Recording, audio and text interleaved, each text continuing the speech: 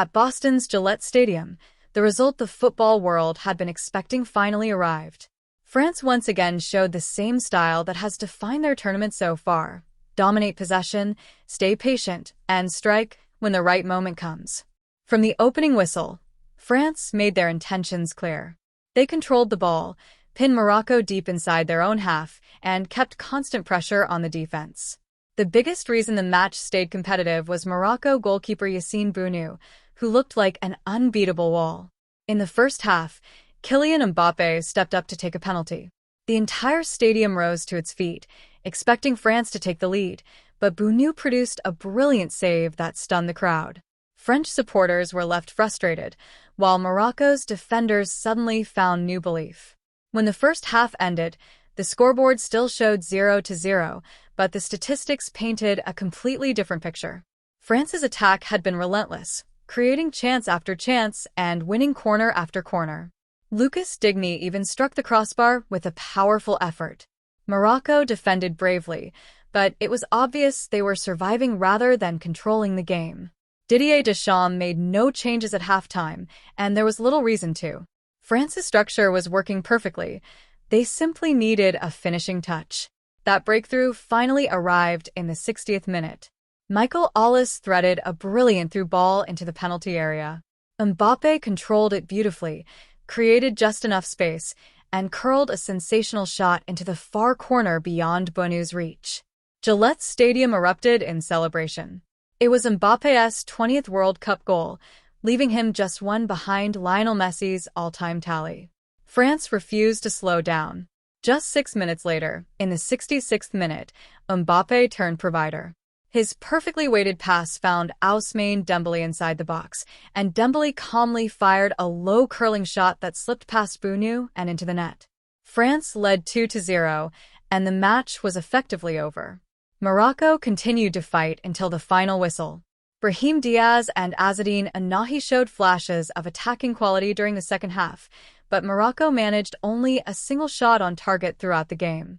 France's defense remained organized and composed, comfortably protecting their 2-goal advantage. When the final whistle sounded, France's players celebrated together while Morocco's squad collapsed onto the pitch, devastated to see another World Cup dream come to an end.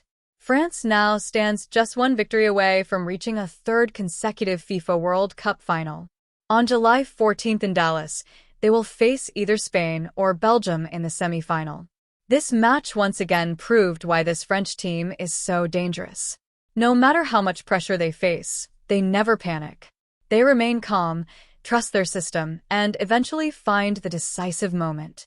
For French supporters, who had carried a growing sense that this tournament belonged to their team, this victory wasn't a surprise. It was simply confirmation. For Moroccan fans, who arrived dreaming of another magical run after their historic 2022 World Cup semi-final appearance, it was another heartbreaking night, with France once again standing in their way. Several details from the match made the story even more fascinating. After the game, France manager Didier Deschamps suggested that the referee's delay before allowing Mbappé to take his first-half penalty disrupted the striker's rhythm. It may have seemed like a small moment, but it could easily have changed the entire flow of the match. Had Mbappé converted that penalty, the contest might have unfolded very differently. The statistics highlighted France's dominance even more clearly than the scoreline. France finished with an expected goals (XG) value of 3.04, while Morocco managed just 0.14. France attempted 22 shots compared to Morocco's 5, underlining how one-sided the contest truly was despite the goalless first half. Another historic moment came from France's 18-year-old midfielder, the youngest player in the squad. By appearing in this World Cup quarterfinal, he became the youngest player since 1958 to feature at this stage of the tournament, drawing comparisons to Pelé, who achieved a similar milestone at just 17 years of age. It was a remarkable piece of history added to an already memorable night. There was also a brief moment of concern for France late in the match. Mbappé was seen on the bench with an ice pack wrapped around his right foot and ankle. While it worried supporters for a few minutes, no official injury update has suggested anything serious, and the expectation is that it was simply a precaution ahead of the semi-final. Attention now turns to the upcoming Spain versus Belgium clash, which will determine France's semi-final opponent.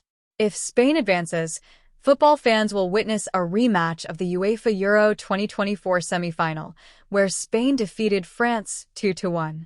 Should those two nations meet again on July 14th in Arlington, it could become the biggest showdown of the entire tournament. For now, France's journey continues, without interruption.